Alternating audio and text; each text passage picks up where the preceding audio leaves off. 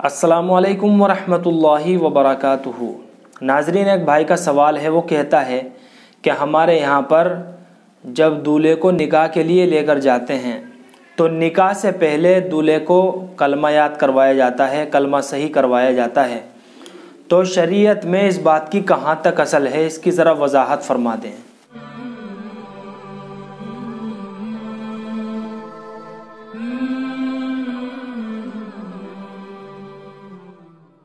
जवाब समाअत फरमाए, बिस्मिही सुब्हानहू व तआला। दूल्हे को कलमा पढ़ाए बगैर भी निकाह दुरुस्त हो जाएगा, इसमें किसी तरह का कोई इशू नहीं है, क्योंकि दूल्हा पहले ही से मुसलमान है, वो ऑलरेडी मुसलमान है।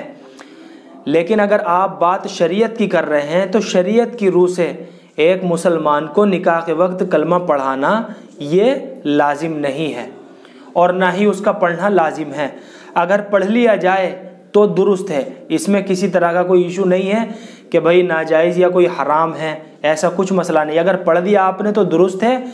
लेकिन अगर आप बात शरीयत की रूह से कर रहे हैं तो शरअन बिल्कुल भी लाजिम नहीं है। मेरे साथ एक ऐसा इत्तिफाक हुआ कि जब मैं निकाह पढ़ाने के लिए एक जगह पर पहुंचा तो मैं स्टेज पर बैठ गया। मैंने दूल्हे को अपना नाम बताया, दूल्हे से फिर मैंने उसका नाम पूछा। तो निकाह के अंदर अभी कुछ ताख़ीर थी। दूल्हे के बड़े भाई ने मुझसे कहा कि हज़रत आप दूल्हे का कलमा याद करवा दीजिए, दूल्हे का कलमा सुन लीजिए। मैंने कहा भाई ये तो बड़ा अजीब मसला, आज पहली मर्तबा मेरे सामने आया कि दूल्हे को निकाह से पहले दूल्हे का कलमा याद करवाओ और कलमा सुनो। खैर, ये बात मैं किसी एतराज़ के तौर पर नहीं कह रहा, बल्कि हमें और हमारे मुस्लिम लड़कों को जो है इससे एक बहुत बड़ी इबरत हासिल होगी। मैंने उसके बड़े भाई से कहा कि आपके छोटे भाई ये जो दूल्हे हैं नौशा, इसकी उम्र क्या है?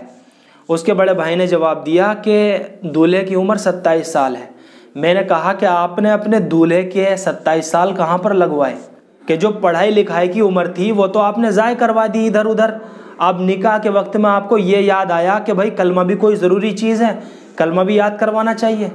तो वो बातें मेरी सुनकर बड़े ताज्जुब में पड़े। मैंने कहा कि भाई देखो, कलमा तो मैं याद करा रहा हूँ, कलमा मैं सुन भी लूँगा और याद भी करा दूँगा, मिस्टेक भी बता दूँगा, लेकिन आप इसको फ़र्ज़ और वाजिब मत समझ लेना कि भाई निकाह से पहले दूल्हे का कलमा सुना जाता है या दूल्हे को कलमा याद करवाया जाता है।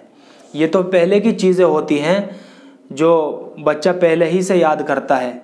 तो वो कलमा मैंने उनके कहने से याद करवा दिया, लेकिन इससे एक बहुत बड़ी इबरत हासिल ये होती है कि एक मुसलमान और काफिर के बीच में फ़र्क करने वाली अगर कोई चीज़ है वो कलमा है।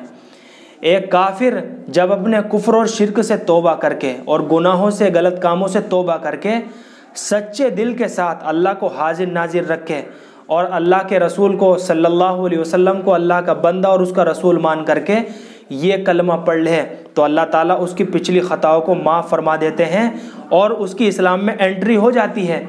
लेकिन बड़े अफसोस की बात है कि आज एक मुसलमान को ये कलमा बिल्कुल भी याद नहीं है। तो ये बात तो मैंने इसलिए बता दी क्योंकि ये मेरे साथ भी एक वाक़या ये पेश आ चुका था। लेकिन जहाँ तक मसले की बात करें वो यही है कि शरअन निकाह के वक्त किसी मुसलमान को कलमा पढ़ाना या उसका पढ़ना लाजिम नहीं है। अगर पढ़ ले तो दुरुस्त है, इसमें कोई नाजायज़ और हराम का मसला नहीं है। अब ये बातें फ़ुक़हा किराम ने इसलिए बयान की है ताकि उम्मत आगे चलकर यानी स्टेप बाय स्टेप जब नस्लें गुज़रती रहती हैं तो फिर वो फ़र्ज़ और वाजिब का दर्जा उसको दे देती हैं कि भाई देखो हमारे बुज़ुर्ग तो ऐसे करते थे कि निकाह से पहले कलमा पढ़ते थे, दूल्हे का कलमा याद करवाते थे। तो इससे बहुत बड़ी इबरत हासिल करनी चाहिए। ये बात मैंने किसी एतराज़ के तौर पर नहीं की। अब जब मसला ही ऐसा चल रहा था तो मैंने बयान कर दिया। तो नाज़रीन, अल्लाह से दुआ है कि अल्लाह हमको सही समझ अता फ़रमाए। फ़क़त वस्सलाम।